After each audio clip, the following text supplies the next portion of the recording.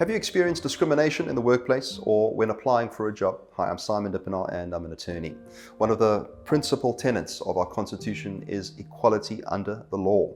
The Bill of Rights states, the state may not unfairly discriminate directly or indirectly against anyone on one or more grounds, including race, gender, sex, pregnancy, marital status, ethnic or social origin, color, sexual orientation, age, disability, religion, conscience, belief, culture, language, and birth. The Labour Relations Act also aims to protect the rights of all parties, ensuring no discrimination or bias. However, just because a right is enshrined in legislation does not mean it is always upheld. In this video, I'm going to look at two examples of unfair discrimination and explain what to do if you have been discriminated against in the workplace.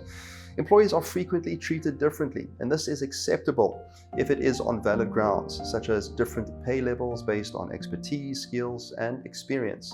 However, when differentiation is based on an unlawful ground, it is discrimination even if there is no specific intention to discriminate. Discrimination can be direct or indirect. Direct discrimination is easily detected and identified. Differential treatment because of a certain characteristic, such as race or gender, is equally obvious. Indirect discrimination, by contrast, is often disguised and hard to detect. It occurs when attributes which should be neutral negatively and disproportionately affect a certain group, such as those of a particular religious persuasion or sexual orientation. In my first example, a woman applied for a job as a nursery teacher in a daycare center. She revealed at interview stage that she was in a same-sex relationship. She was also in her 50s. Although she had been invited for interview, which suggests she was initially considered a suitable candidate, she was informed by the employer that the position required a heterosexual under the age of 30. Now, I don't know why the candidate chose to disclose her sexual orientation, which she was not obliged to do, or what the employer's real objection was, but both grounds, age and sexual preference, are protected by the Bill of Rights. Furthermore, the Employment Equity Act gives effect to the equality referred to in the Constitution. It aims to promote equal opportunity and fair treatment in employment through the elimination of unfair discrimination, and implements affirmative action measures to redress the disadvantages in employment experienced by designated groups to ensure their equitable representation in all occupational levels in the workforce. The EEA allows for certain positions to be held by prescribed groups if the practice constitutes a lawful affirmative action measure or can be shown to be an inherent requirement of the job. For example, a shelter for abused women can legitimately hire only female caseworkers. However, it would be difficult to argue that a nursery teacher must be under 30 and heterosexual. Neither has any bearing on the skills and capabilities needed to work with young children.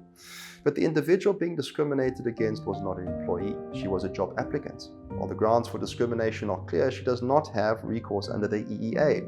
She could approach the CCMA if she was unable to resolve the matter directly with the employer, but the CCMA is unlikely to arbitrate because she is not an employee.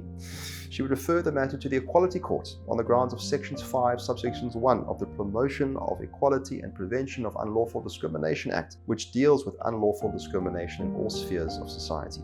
She could flag the discriminatory practice, which would hopefully cause the employer to revise its recruitment tactics, and she could seek damages or compensation.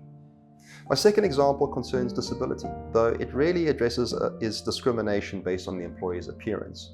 In this case, a senior and valued employee attempted suicide and was left with facial disfigurement and speech difficulties. Despite his readiness to work, confirmed by medical reports, the company did not want him to return to work because he was not facially acceptable. The employer suggested he pursue a disability claim, but the employee felt this would be fraudulent as he was not disabled. He reiterated that his willingness to work, the employer maintained he was cosmetically unacceptable. The refusal to reinstate the employee based purely on appearance is an affront to his dignity and could constitute discrimination under the EEA on the grounds of disability.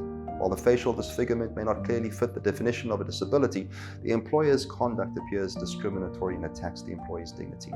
The employee could pursue an unfair dismissal claim on the grounds of discrimination. Direct or indirect discrimination based on race, gender, age, disability, etc. is considered grounds for unfair dismissal. The courts have ruled against employers who fail to reasonably accommodate employees returning from health-related absences. The employee could be entitled to damages for the discrimination he faced and compensation for his lost income. If you've been unfairly dismissed on the grounds of discrimination, or you think you've been discriminated against but are not sure how to prove it, contact me on the number below. The law and I can help you.